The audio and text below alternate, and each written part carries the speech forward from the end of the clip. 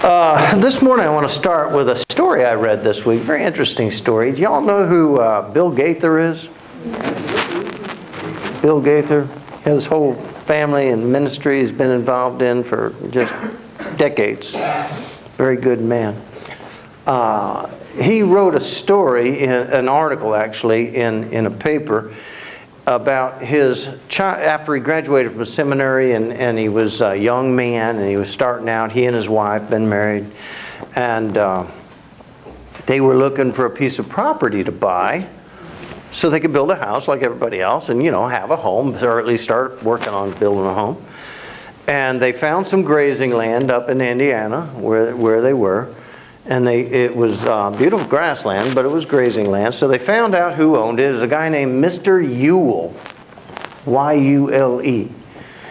And so they went and found Mr. Yule, who was a retired banker, actually, who'd spent his whole life in the banking and property and real estate business. So he's very familiar with it. And it turns out Mr. Yule owned quite a bit of land around that area that he left as grasslands. So when Bill approached him and asked him if he would sell this one little parcel, it was about 10 acres or so, he said, "No, I can't do that."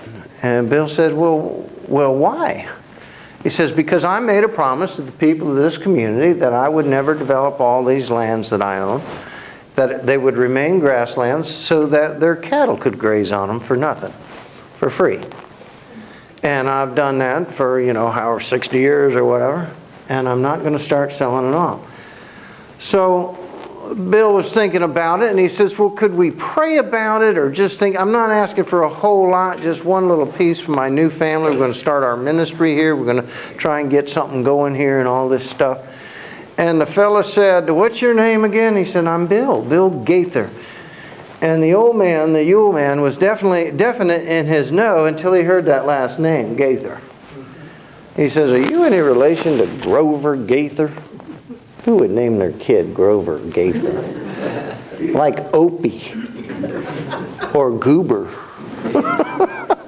Anyway, he says, "Yes, Grover Gaither was my grandfather." He says, "That was the most honest man I've ever known in my life. He worked my farms from the day he turned 17 to the day he died. He worked a hard day. He worked a long day for an honest wage. He never took anything that wasn't his, and he was the most honest man in this whole city." So Mr. Yule says, "I'll tell you what I'll do. Let me think about it, and I'll get back to you. Give me a couple of days." So Bill went away hopeful, thinking, okay.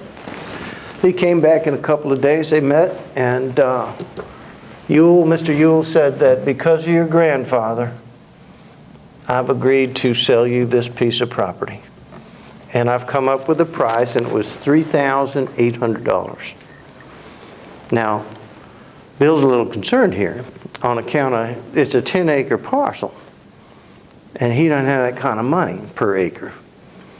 He says, "Well, that means I've got to come up with, $3,800 or $38,000. And the man looked at him, Mr. Yule looked at him and said, "No, I'm going to sell you the piece of property for $3,800. That's what I paid for it back in 1903 or whatever it was." He says, "The whole piece of property?" He says, "The whole piece of property. Because of your father's good name. He's been honest. He's a hard worker. And if you're anything like him, then you deserve to have this property." So Bill Gaither bought that original 10-acre parcel, beautiful land, for $3,800. Based on his grandfather's name. Wow. Wish we all had names like that. Men and women with such integrity that would live on generations later. We're going to talk about that. A man had 2 sons. They were talking to Jesus about his integrity, and he goes, "A man had 2 sons."